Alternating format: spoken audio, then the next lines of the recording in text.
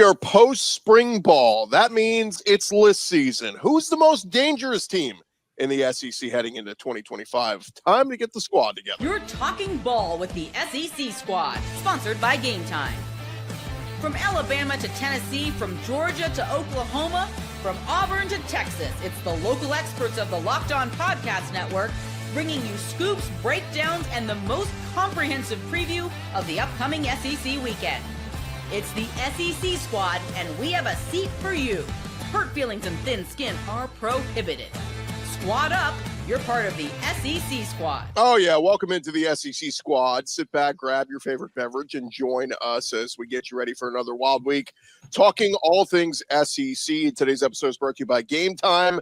Download the Game Time app, create an account, use our code LOCKEDONCollege, get $20 off your first purchase. Let's welcome in our squad for this week. We've got John Miller, host of Locked On Mizzou, John Williams, host of Locked On Sooners, Corey Burton, host of Locked On Vandy. I'm Chris Gordy, host of Locked On SEC. We'll see if there are any other our brethren want to jump in as we get this show on the road this week. But guys, we just closed the books on spring ball, and we are now officially into what I like to call list season. This used to be magazine season. It was when, all the big preview guides would start coming out. We start really getting focused and attention, turned to the next football season. But list season, we're starting to see all of people listing. Here's the best teams in the college football. Here's the best teams in the SEC. Here's the best quarterbacks in the SEC. So I want to pose the question to you guys coming out of spring. Give me a team in the SEC that you look at and say that team is dangerous, and it can't be your team. What team do you think is dangerous heading into 2025? I think Tennessee is starting to fly under the radar a little bit simply because of the whole Nico Iamaleava thing. I think they're always a dangerous team. Any Josh Heupel team is dangerous. They were just in the playoff last year. I know they got humiliated by Ohio State. I think some of that is lowering their expectations almost to an unfair point. I think I'll say this because John can't per the rules, but I think Oklahoma is dangerous there with John Mateer and Arbuckle and everything and all that they got going on with their team. I think they improved a lot throughout the portal, and their team I think people need to watch out for. Venables has kind of fixed some things that he needed to fix on the offensive side of the ball. Hopefully, John, for your sake, y'all stay healthy. Vandy doesn't play y'all, so I don't care what you do. So, but I think you guys are dangerous. And then, Chris, since you can't talk about LSU, they're potentially dangerous too. They've got a lot of talent, and I'm really excited to see what Barryon Brown can do. He's a Nashville product, so we'll partial to that one. Yeah, I think, and Oklahoma fans are going to hate it when I say this, but I think Missouri is flying a little bit under the radar right now, and I hate even saying it, but the schedule really kind of lines up fairly well for them. There's not a whole lot going on with that. I mean, obviously they got the games against Alabama, Texas A&M. They're going to loom large. You got South Carolina as well, but the rest of it's pretty manageable for them. And then you got that game at Oklahoma, the second to last weekend of the season. But if they can steal a couple games in there, they might be flirting with a 10-win season once again. The other one is Auburn. Again, Oklahoma fans are going to hate it if I say it, because if Jackson Arnold is able to get the monkey off of his back from the 2024 season, Auburn's got the weapons, man, to make him a prolific quarterback in the SEC. Again, it's big ifs, but those are two of the teams that I think are still flying a little bit under the radar. Past that, I think everybody's probably pretty accurately ranked or rated right now. Yeah, I think everyone except for Kentucky, you can say, is pretty dangerous, because I'm not buying Kentucky at all. I'm not really buying Mississippi State at all either, but I think the rest of the teams in the conference, you could say, you can make some sort of claim that, hey, you better watch out for this team, because, they got a piece here, a piece there, some pieces over on the lines, and, whatever the case may be per those teams, you can make a case that they're all dangerous. So this conference is at an all-time high, just in general. So Williams, Jackson Arnold, you're really a believer, huh? That's ironic. I love the irony. Give it to me. Jackson Arnold ship. I know I've been one of those guys that have been driving the hype train even back to last offseason. I still think the talent is immense. I think what happened in 2024, offensive line, so many injuries that you're down to your 3 deep. Wide receiver issues, so many injuries that you're down to your 3 deep. That's not an adequate place to be if you're trying to develop a quarterback. You have an offensive coordinator change midseason. None of it went well for the kid, but there's the talent. The talent is there. To me, now it's about the mental aspect. Can he bounce back mentally from what was a really, really rough season? And it's just moments too, where, okay, you get the ball first and goal at the 5-yard line against Tennessee early in the season. What do you do the very next play? You fumble the ball. Okay. It's 23-23 in the final couple minutes against Missouri. And what do? You fumble the ball. Mizzou picks it up, runs it the other way. So it's those kind of things where if he can correct those and he gets a little bit of help from people around him, then I think he has the chance to be pretty good. But it's just a matter, I think, of the mental game. I still think he's got the tools to be a dynamic player. Yeah, I wanted to bring this up real quick, and well, I'll bring it up here in a second. But guys, the rankings coming out for some of the different publications and putting where they think teams stand right now, and it's what's interesting is seeing the teams that are catching a lot of love, and I've seen some people are really getting optimistic on Alabama, and I'm just curious where you guys stand on them, because obviously Kalen DeBoer, 9-4, not the bar. They expect to make the playoff every year in the Saban era. And so a lot of people are buying into it, obviously with the hiring of Ryan Grubb as offensive coordinator. But where are you guys in Alabama? Are you saying this is a playoff team this year in terms of the Tide? I don't know. Kind of, I think they can be. I think if Kalen DeBoer finds his guy in Ty Simpson and he proves to be that distributor kind of quarterback that they need with Ryan Grubb calling the plays, I think they can be. Will they? It remains to be seen. They're going to have to kind of prove it for me, but I think they're in a better position now than they were prior to Ryan Grubb being hired and with Jalen Milroe as quarterback. Yeah, I just need to see it. Like, I think obviously it's Alabama. There's going to be talent. It's going to be a good team. I think Kalen DeBoer is a great coach. Ryan Grubb has been one of the hottest offensive coordinator names in college football for 3-4 years.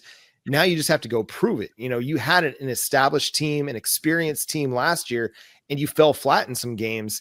Can you rise to the occasion with some inexperience, especially at quarterback? That's going to be the question. I think they've got some talent. It's a matter of, can that inexperience be not so much covered up? Can it be built up to where they're not falling flat in big time games?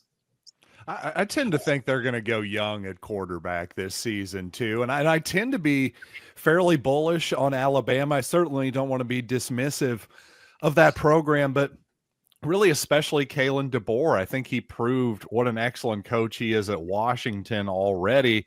Alabama is obviously a different animal, but I do think it's a pretty amazing what pressure he seems to be under in year two. But yeah, I can't be dismissive of Alabama. At the same time, I do think they're sort of maybe in the pile with Tennessee and Ole Miss a little bit, maybe Texas A&M and Missouri, that kind of deal. Teams that have some question marks at quarterback, but otherwise have pretty impressive rosters. How do we feel about Texas A&M? Good team, but tell me, can Marcel Reed become a passer?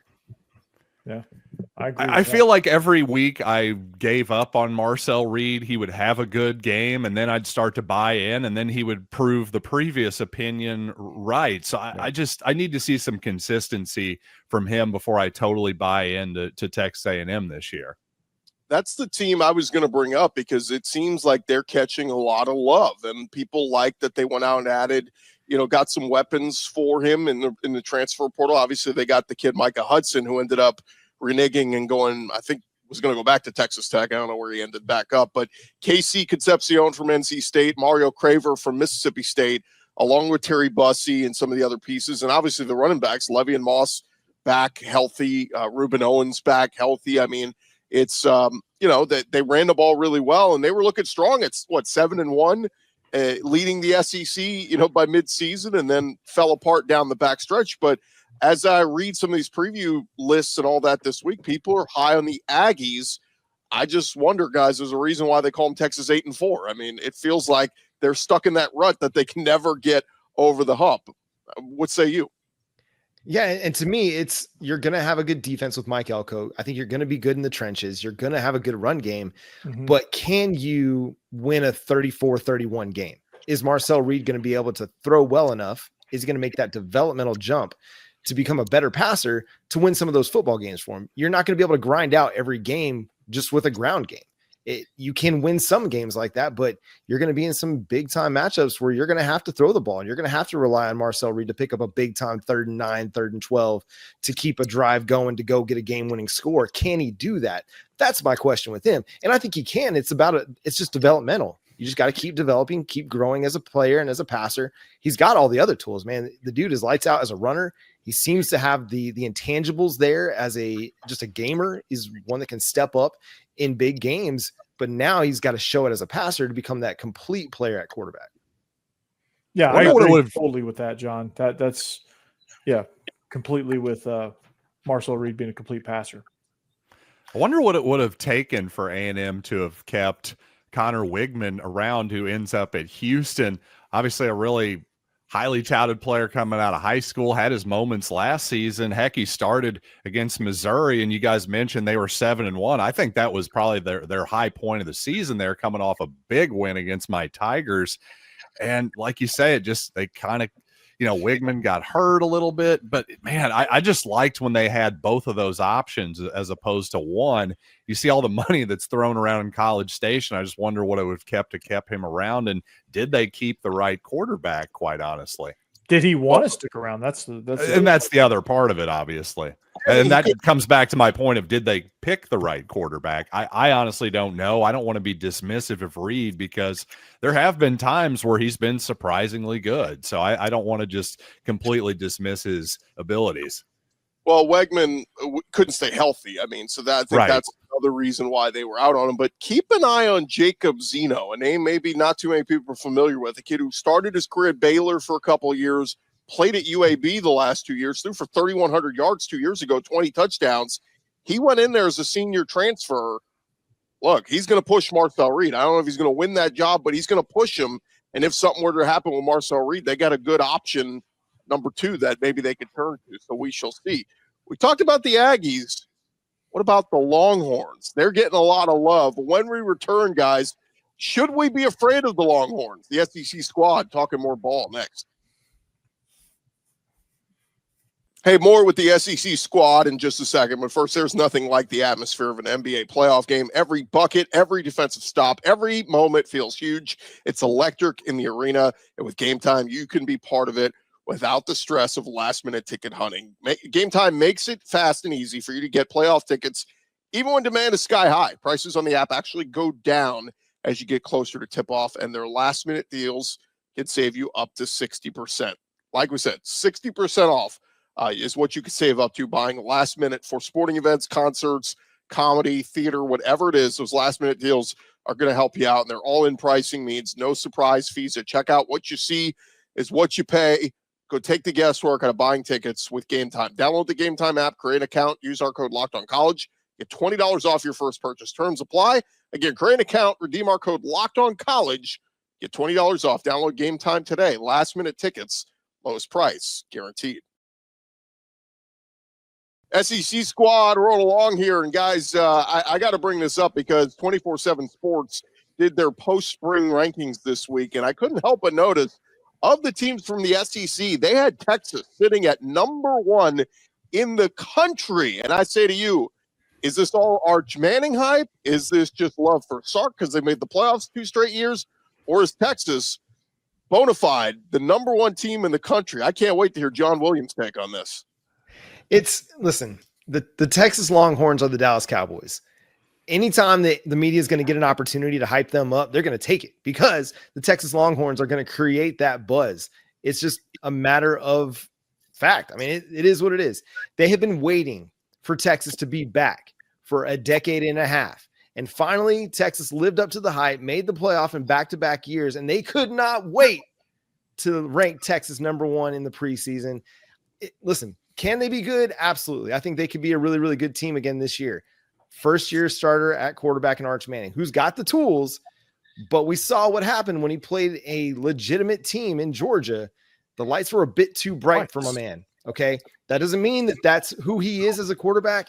I'm just saying, before we go ahead and crown him the number 1 overall pick in the 2026 NFL draft, which he's not going to be a part of, before we go ahead and hand him the Heisman Trophy, before we go ahead and make Texas the national champion, maybe let's tap the brakes and see what he's going to be able to do against Ohio State in week 2.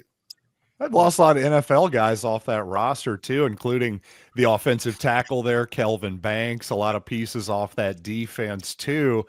Yeah, I just think it's interesting. I'm sure Texas absolutely deserves to be one of the contenders for the league title without a doubt, but let's just not, I don't know, assume everything. It's strange that we live in a world where Texas is getting so much more of the benefit of the doubt than the Crimson Tide right now. Yeah, and over the team that beat them twice last season, once in the SEC title game, they're ranked ahead of that team. And that team didn't really lose as much to the NFL draft as Texas did. They return a lot of production defensively. Georgia does. And they host Texas in Athens. I don't know. I don't see it. You look at ESPN's returning production, Texas's offense is down at 126. Now, they added some pieces since that came out. Yeah, the defense is going to be good. I mean, Anthony Hill Jr., Colin Simmons, those dudes are legit dudes. They're really, really, really good football players. They'll be future first-round NFL draft picks. It's just there's so much turnover on offense when you lose Matthew Golden, Isaiah Bond, Jaden Blue, not Alfred Blue. That's a throwback. Jaden Blue. Sorry, excuse me. There's a lot of talent that they lost along that offensive line. I mean, retooling, it's a lot. Can Arch Manning be enough to overcome all that turnover and get all the pieces to fit together? I think Steve Sarkisian is a great offensive coach, but can they get it all to fit together this year? I don't know that. For 2027, if you want to tell me that they're the number one team in the nation going into 2026, then I'll probably feel a little bit better about that, because all of those guys on offense will have another year of experience and have played a full season as starters that you could probably feel a little bit more confident in. But right now, man, I'm just not so sure. One more guy that I do think is going to be a stud, though, for Texas, Ryan Wingo, wide receiver. Yeah. Love that dude. That dude, I hate that he plays for Texas because I love to watch that guy play football. Yeah, Missouri thought they were going to get Ryan Wingo until the last second, so I hear you. I'll just say this. Steve Sarkisian, has said recently that he thinks Arch, that chemistry he has with Wingo and some of those freshmen, that they were on the freshman team together. And so you come up together. A lot of times you got that chemistry already with those young guys, and that helps a lot. And I will say this for Texas's case, and I've had some people say, I question them being number one. I had some Texas fans say, oh, you're a hater. And it's not hating, because here's the thing. If somebody had Texas at number 10, I'd say they're underrated, right? So like I'm saying, I think you're a little too high at 1, but I think you'd be too low at 10. You're somewhere right in the middle. But here's the big question is, you just lost a ton. Have you earned that, for Texas, like, have you earned that right to just say, oh, they're just going to automatically reload and they'll be right back? No, some teams have a transition year. You have a 2-year, 3-year run, but you lose so many guys. You have what could be called a rebuilding year, where you kind of step back a little and then you take that step forward again. I think that's totally fair to say about this Texas team. And especially what John Williams said, like, if Arch is going to come back for a 26, great. They'll be absolutely hands down probably number one that year. But for me right now, it's okay to question losing all the pieces they lost. Jake Majors and all the guys on the defensive line. Alfred Collins, Matthew Golden. I mean, that's a ton of talent to lose. And Sark's recruited well, but to me, he has to prove it. We've seen Kirby do it. We saw Saban do it. To me, he's got to prove to us he can replace all that talent every single year and be a competitor. Yeah, I agree. I don't think it's crazy to predict that that's going to happen. But to your point, it's not crazy to go the other way. And especially to the more optimistic side. Well, if you look at Ohio State, who's the favorite right now, they have to replace a quarterback. Georgia, they have quarterback questions. They're, I think, fourth. Yeah, they're fourth in the odds. Penn State obviously has Drew Aller coming back. But, there's a lot of teams that have quarterback questions, but yeah, I think Gordy's 100% right. It's okay to say, hey, Sarkisian, let's see it. Those other guys have done it before. Well, and you mentioned Ohio State. Like, that's the other team that seems similar to me, because not only did they lose their quarterback, but they lost a lot of talent around the quarterback too. Emeka Egbuka, those two defensive ends that were just wreaking havoc in the college football playoff, like a lot of talent. Those two running backs that were just dominating people in the end of the season. So Ohio State, similarly to Texas, do I have questions about? And that's not to say that they can't be really, really good and be playoff teams this year. It's just, but are we just making an assumption that, okay, yeah, Texas is back. Ohio State's still the dominant team. Oregon isn't going to have any problem replacing Dylan Gabriel. The list goes on and on and on down the top 5. And I get to Georgia and I'm like, okay, Kirby gets the benefit of the doubt. 2 national championships in the last 5 years, an SEC title last year. You get the benefit of the doubt. These other guys, I still need to see them do it on a year in, year out basis. Absolutely. You hit the nail on the head with that. I mean, we haven't seen Ryan Day really compete year in and year out. He's had the most talented roster just about every year, but he's got 1 national title to show for it this past season. And then, Oregon, can they replace Dylan Gabriel? All of that has to, you're spot on with the fact that you have to prove that. And I think that's a very valid point. So, it comes into mind, like, what do these rankings really mean? Like, you have to rank somebody there at number 1. Why not rank the defending champions until they prove that they're not worthy of that spot? Let me throw this at you guys, because Joel Klatt of Fox Sports put out his post-spring rankings, and the team he had number 1, and it's not an SEC team, but I just want to get your guys' thoughts, because it's a former SEC coach. He had Penn State as his number 1 team. And I've seen a lot of people have Penn State at 1 or 2. And I'm going, where in the world has James Franklin ever won a big game to prove that he could win a national championship? Oh, no. They did make the semifinals last year, right? They did, but he consistently loses to Michigan, Ohio State. Like, the big game, James Franklin's become known for losing. So for me, just to all of a sudden pencil them in because we like Drew Aller is kind of right. I don't know, man. You got to prove it to me. I think that's probably a fact of, he's just trying to be a little different, to be honest with you, which I don't totally hate. But I think if he were, if that was really, I'm going to stake my entire reputation on this pick, he'd probably go with Ohio State instead, I would imagine.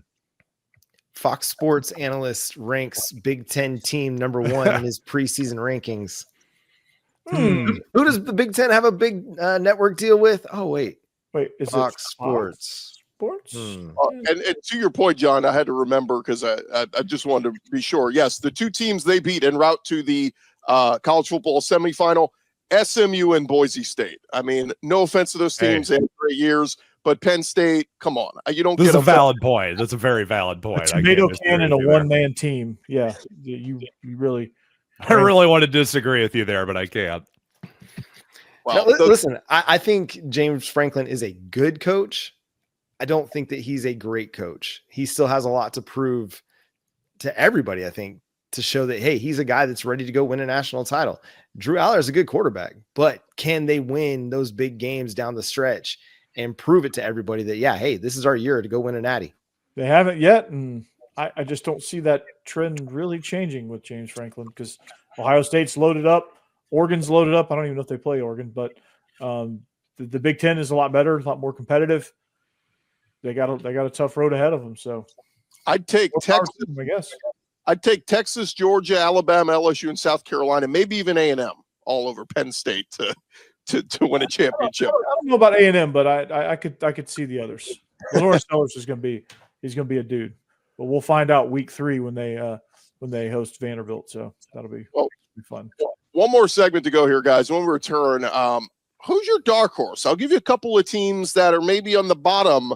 Could they make the come up this year and make the rise to the top of the SEC? We'll talk more ball here on the SEC Squad coming up next. Back to the squad in just a sec, but first, did you guys know your Fire TV is also an Xbox? You could turn any TV into your gaming and entertainment hub with Fire TV Stick 4K devices. No console required. You just grab your paired controller, you subscribe or sign into Xbox Game Pass Ultimate with EA Play included, and you are ready to play. Dive into hundreds of premium titles from EA Sports College Football 25, my preference, to Call of Duty Black Ops 6. You can play those games as easily as you stream your favorite shows. It is gaming made simple, and it is all on your Fire TV. You can play high-quality Xbox games at a fraction of the cost of a console. If you already have a console, a Fire TV Stick 4K device is more affordable and easier to travel with, allowing you to take your or your kids' games wherever you plug in.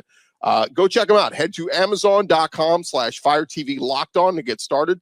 Xbox Game Pass Ultimate subscription and compatible controller are required. Available on select devices, including Fire TV Stick 4K, Fire TV Stick 4K Max, and Fire TV Cube. Check them out right now. Amazon.com/Fire TV Locked On.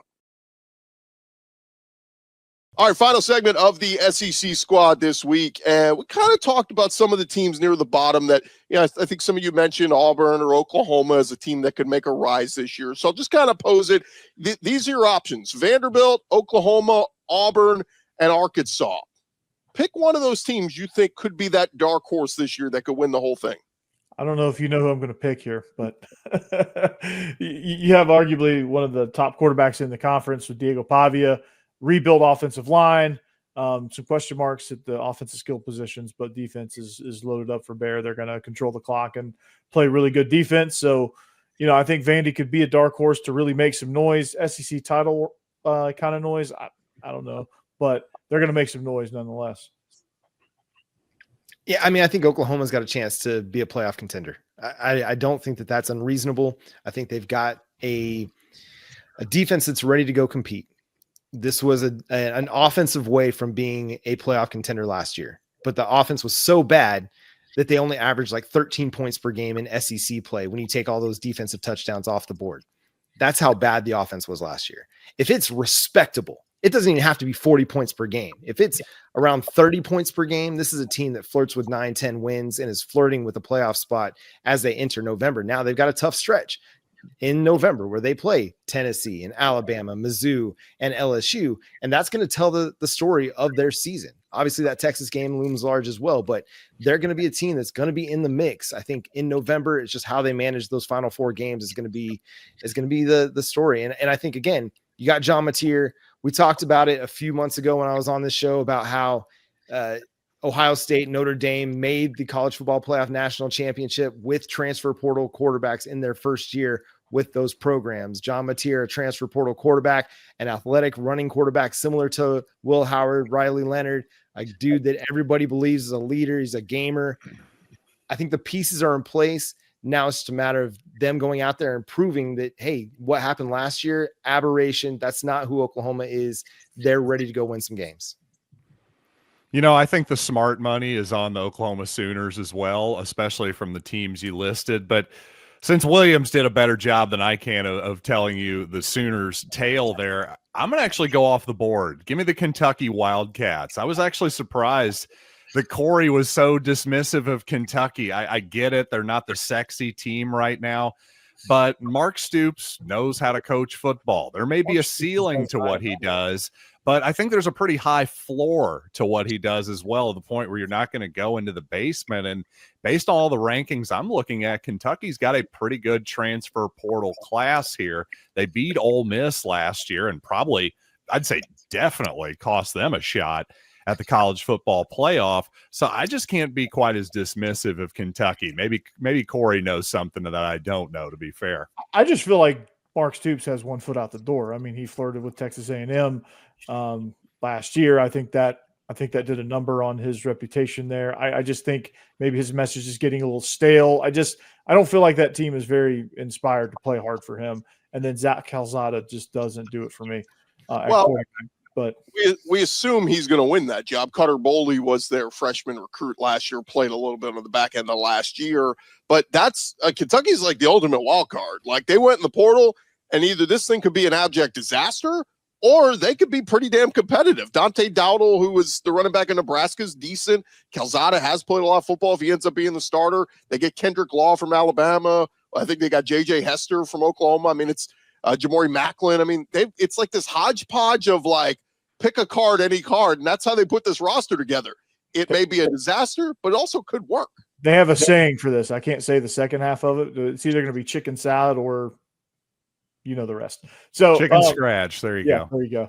So John, your point on John Mateer, I think there's a little bit of difference there with him being a transfer portal quarterback. It's not your average transfer portal quarterback situation because Arbuckle is coming with him.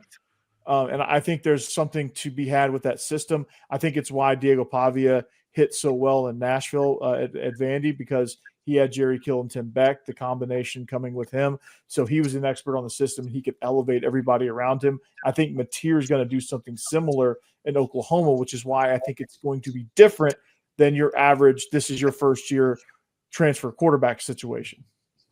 Yeah, we totally agree. I think everybody's excited because part of the reason we have high expectations for what this offense can do is because you have two voices that are able to get this offense humming.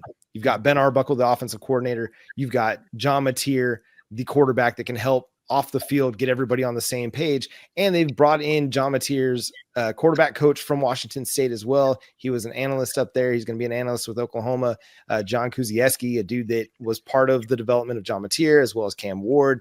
So a guy that, I mean, these guys know offensive football. And again, they just got to be respectable. Brent Venables is going to put a good defense on the field, and he's going to be one of the better defensive play callers in college football again this year. It's just got to get a respectable offense. You cannot have the abject failure that was Oklahoma's offense last year repeat itself, but it's not going to. It's going to be much better than what it was. Yeah, Well, dumpster fire. Let me give you guys my dark horse from that list. I'm going to go with Arkansas just because. Taylor Green. What are they going to be? Yeah, Taylor Green comes back as one of the more experienced quarterbacks in the SEC. He was really good last year. How about a wild card? That's another one. I worry about what they lost, right? They lost like multiple guys to Ole Miss. Their tight end, Luke Hass, and Patrick Kudus on the O-line.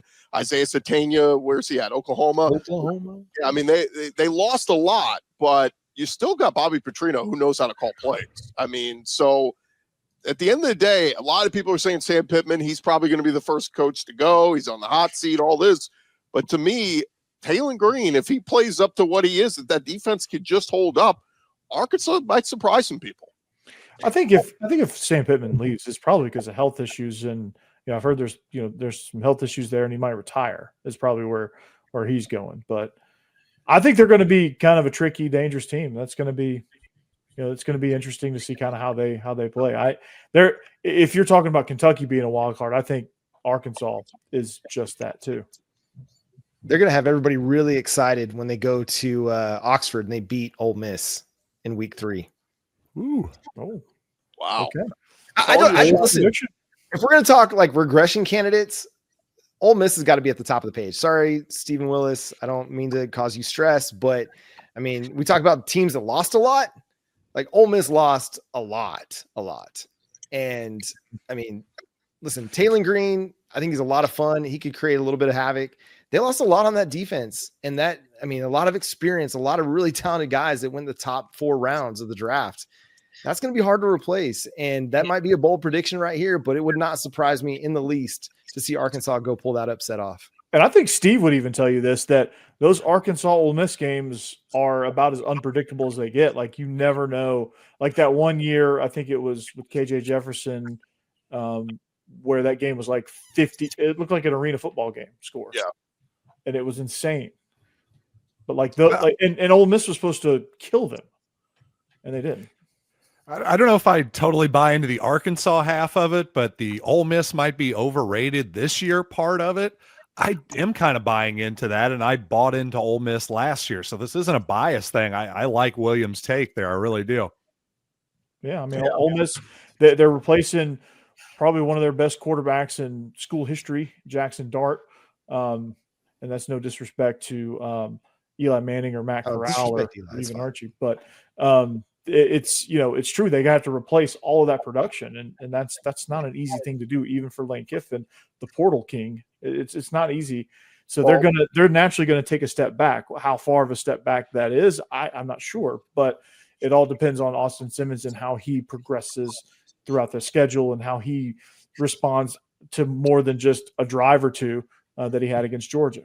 Well, you mentioned Portal King. I mean, it's 29 new guys coming in, but this Lane has done this the last 2 years, and they've been successful doing it. So that's core, though. I mean, they've had a core of guys they could lean on. I don't think they quite have that core this year. That's the difference. To me, if Ole Miss is going to be successful, they've got to get that run game back, because that's why they took 3 losses last year, in my opinion, was they didn't have the balanced run game to complement the offense, play ball control, stop having to punt and give the ball to the opponent. I think if they can get that run game, that's going to help Austin Simmons development way more. And yeah, I'm with you. Austin Simmons 2026 could be very scary, but maybe he has to go through some of those growing pains this year. Maybe it's an 8-4 type season for Ole Miss, but maybe building blocks for the 2026 season. We shall see. Now, Brandon's not here. Hold on. Brandon's not here. So I want to throw this out there for the chat and for everybody listening around the world. The Florida Gators are getting some love. DJ Lagway, are we high on the Gators, or what do we think about them?